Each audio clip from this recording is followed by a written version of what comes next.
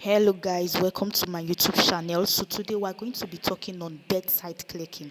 So now we're going to head straight right into it. Now before you actually start bedside clicking, we're going to actually cover all these. We're going to talk about the patient history, how to take patient history, how to take physical examination, and the establishment of differential diagnosis. And we're also going to cover biostatics and epidemiology, which is more of the key aspect. Biostatics, which mainly deals with application of statistics in public health and community, while epidemiology is more of the study of distribution and determinant of diseases and the application of this in the control of health problems. So now let's go. Now before you actually start clicking a patient, you need to know how to approach a patient. So as we said, we're going to talk about the approach, we're going to have physical examination, then straight into history. So now approach a patient, you should dress properly. As a doctor, as a nurse, you should wear your work coat, you should dress properly. You should also have ready your medical instruments. If it's stethoscope you are using, if it's pen touch, if it's fig, if it's diagnostic set, any medical instrument you are using at all, you should have them ready. Then you should greet, you should also have common courtesy. You should greet your patients. You cannot just walk into the patient and just start doing physical examination on the patient. No, it's totally wrong. You should greet your patient first, because if you don't greet your patient, it will seem very, very rude. They will label you as a rude doctor, obviously. So you greet your patient, good day. Then you introduce yourself simply, I'm Dr. Esther, and I'm here to see you, and I'm here to take your physical, and I'm here to examine you physically on your abdomen. So and so much. It's not really hard to do. Then you're going. It's also conventional. It's also right to be on the right hand of the patient. It's not very, very accurate to be clicking a patient when you're on the left hand side. So it's more better when you're on the right hand side, especially if you are right-handed. And you should also note this, before contact with a patient, you should use your hand wash and your hand sanitizer. So now let's get to it straight into physical examination. So now the clinician uses the information gathered from medical history and physical and mental examinations to develop a list of possible causes of disorder called the differential diagnosis, and then he decides what tests to order to help identify the specific disease. Now, first of all, the patient history. This is the process of gathering information. The process of gathering information from the patient, you begin with social introductions, open-ended question preferred, and it's also very, very good when you are free with your patient. You don't need to be uptight, so that they can tell you and also tell you what's wrong with them, reveal things to you very, very well. So now, first of all, patient history. Now, first of all, you actually start with your basic data. Now, one thing I also love doing with this is actually using what is called NASOMAT. This includes your name, your address, your sex. Hope you're writing it down. So now, let me come again. First of all, basic data. This includes your name, your address, your sex, your place of origin, your marital status, your address, your religion, and your tribe. NASOMAT. This is the basic data. Then next, you're going to take, and then the patient history consists of presenting complaints. What exactly is this presenting complaint? A patient can come to you and be like, doctor, so place has been paining me. Oh, okay, my abdomen has been paining me, or my chest has been paining me. Then you will actually ask the patient for how long. You say, okay, for the past 7 days, for the past so place. Then instead of presenting complaint, then you can go ahead and ask the patient, let me say in respect to the pain, okay, how is the pain feeling like? Is it stinging? Is it a stabbing pain? Does it radiate? On a scale of 1 to 10, identify the pain. Then, and that is more of history of presenting complaint. You take the history based on the complaint that patient is presenting. Then review of systems. Okay, saying he's having pain in the chest, so you're going to in his chest region. So now you're going to take note of. You're going to have a review of system in the cardio. You are going to have a review of the cardiovascular system. So you're going to have a review of that system. Then you're also going to take past medical history of the patient. You take family history, the social history, gynecology and obstetric history, and then also the drug history of that patient. Now, like I said, let's start to present a complaint. Now, first of all, you will ask the patient what brought him or her to the hospital. Okay, you say, doctor, my waist they pain me, my knee they pain me. Then you will then ask the patient, okay, When exactly did this pain started? It will say one day. If you say one day ago, then you will abbreviate it 1/7. If it says 1 week ago, you abbreviate it 1/52. If it says 1 month ago, you abbreviate it 1/12. That's how you do it. Then the issue of presenting complaint.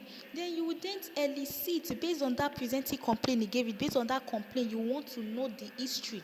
Now let me say regarding to this pain in the knee. Now you then say, okay, is there anything that increases the pain, which is the aggravating and the alleviating factor? Is there anything that increases the knee? Okay, we say when he's working all this mining work, or when he's doing all this farming work, the knee go dey pain am, or if he works too much, the knee will be paining him. Then you will ask him severity on a scale of 1 to 10. Can you classify this pain? Classify it. You can say, oh, the pain is actually more than 10. Or you can say the patient will say the pain is more than 10. Or if you are even seeing, you say the thing is more than 10, or the patient is crying. Then you can, from your diagnosis, you can know that is actually a symptom of what, a sign of what? Septic arthritis. Then you also ask the patient, what is the character? What's the quality like? Is it a stinging pain? Is it a pinching pain? Does it radiate? Then you ask the patient the location. Like I said, it can be the knee. Associated symptoms. Do you actually feel anything apart from a pain? Okay, if the pain is paining, the thing is to reach the leg side, they reach the knee side. Then these are questions you should ask the patient. Then the setting and also the timing. Then we're going to talk about the review of system. Okay, say the knee. Then you are going to talk about the locomotor system. You're going to talk about the system related to the knee. Now you're going to talk of the review of system. This review of systems includes the cardiovascular system, which includes your heart, your blood vessels. Your respiratory system includes your respiratory tract. Your gastrointestinal system, which includes the gastrointestinal tract, which is more of like from your mouth to your anus. Your central nervous system, your brain, your spinal cord, your nerves. Your urinary system, which includes your bladder, your ureter, your urethra, etc. Your endocrine system, which includes what? Your pituitary gland, your thyroid gland, your parathyroid gland, your pancreas, etc. Your skin, your locomotor system, your genitalia for male reproductive system, and also the female reproductive system. Then you're also going to, let me say now, for cardiovascular system, you are going to ask the patient, okay, you are going to check for dyspnea, you're going to check for optomnia, you're going to check for parazioma nocturnal dyspnea, you check for edema, palpitations, chest pain, claudication, etc.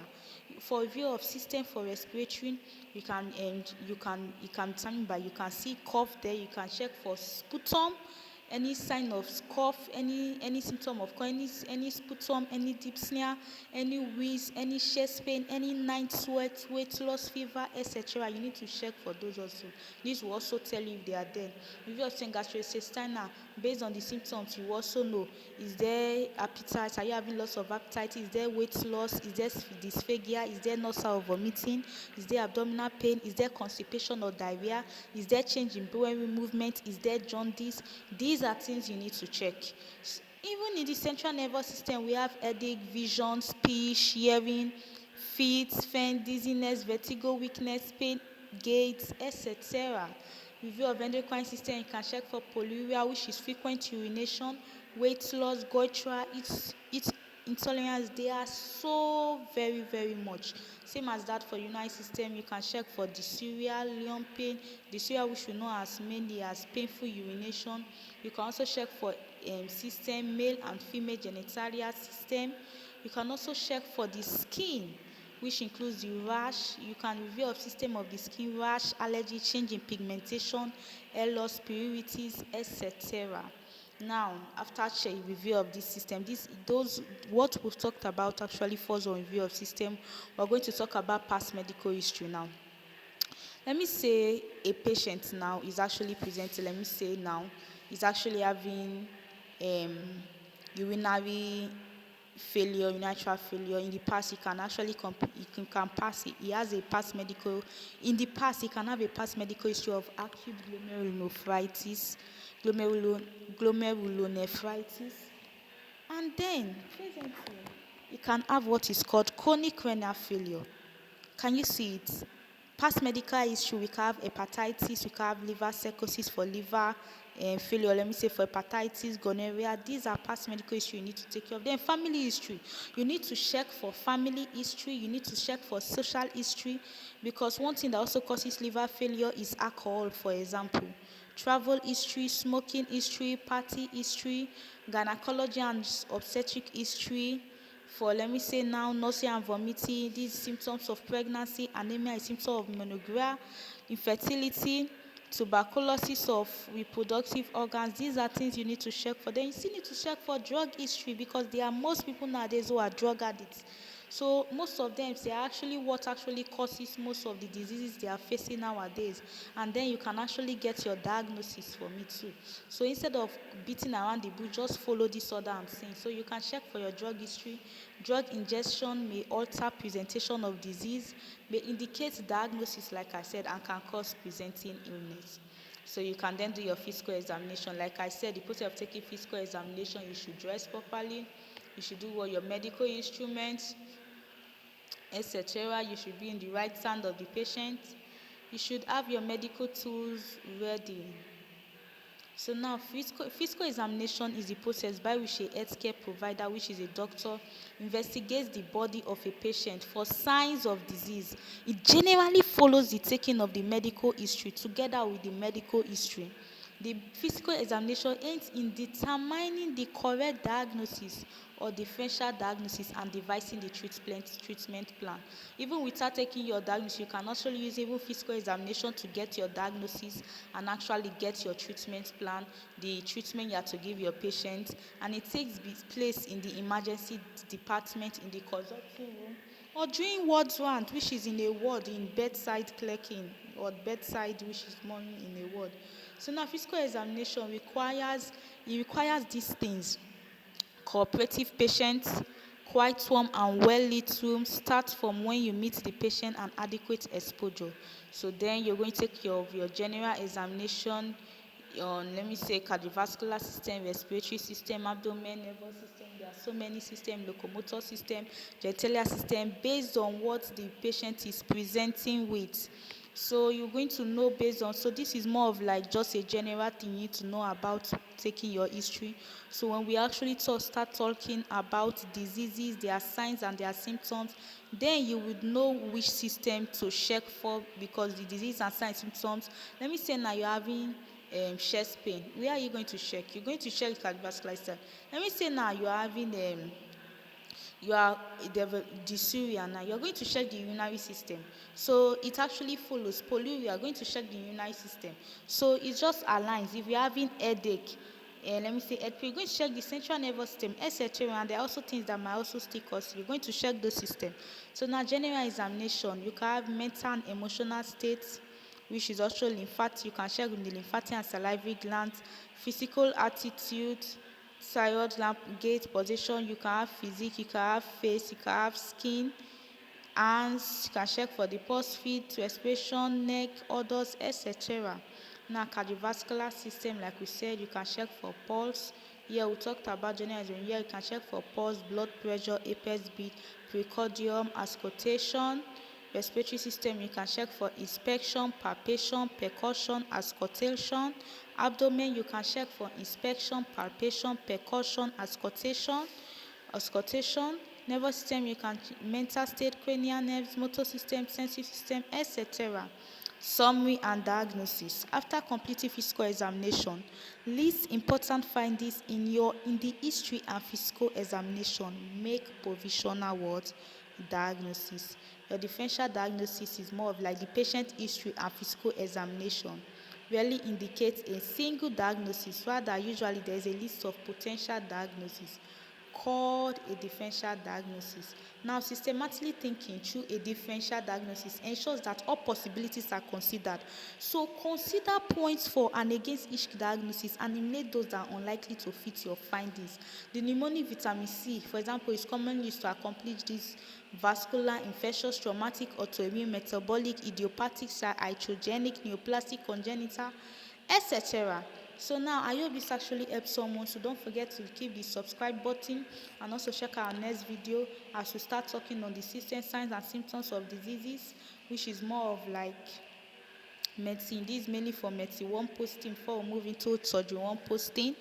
Then we're going to talk about briefly, because now in this our channel I'm going to be telling you main things you hardly see out there, because you can hardly see medicine one posting, the slides and what will put you through. So I'm going to be posting on our YouTube channel.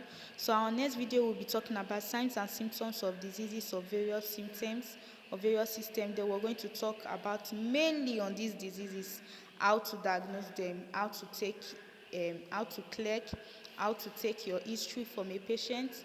And then you can also send me examples of your history taking through WhatsApp and I will check it for you. So don't forget to subscribe, like and share. Bye. See you in my next video.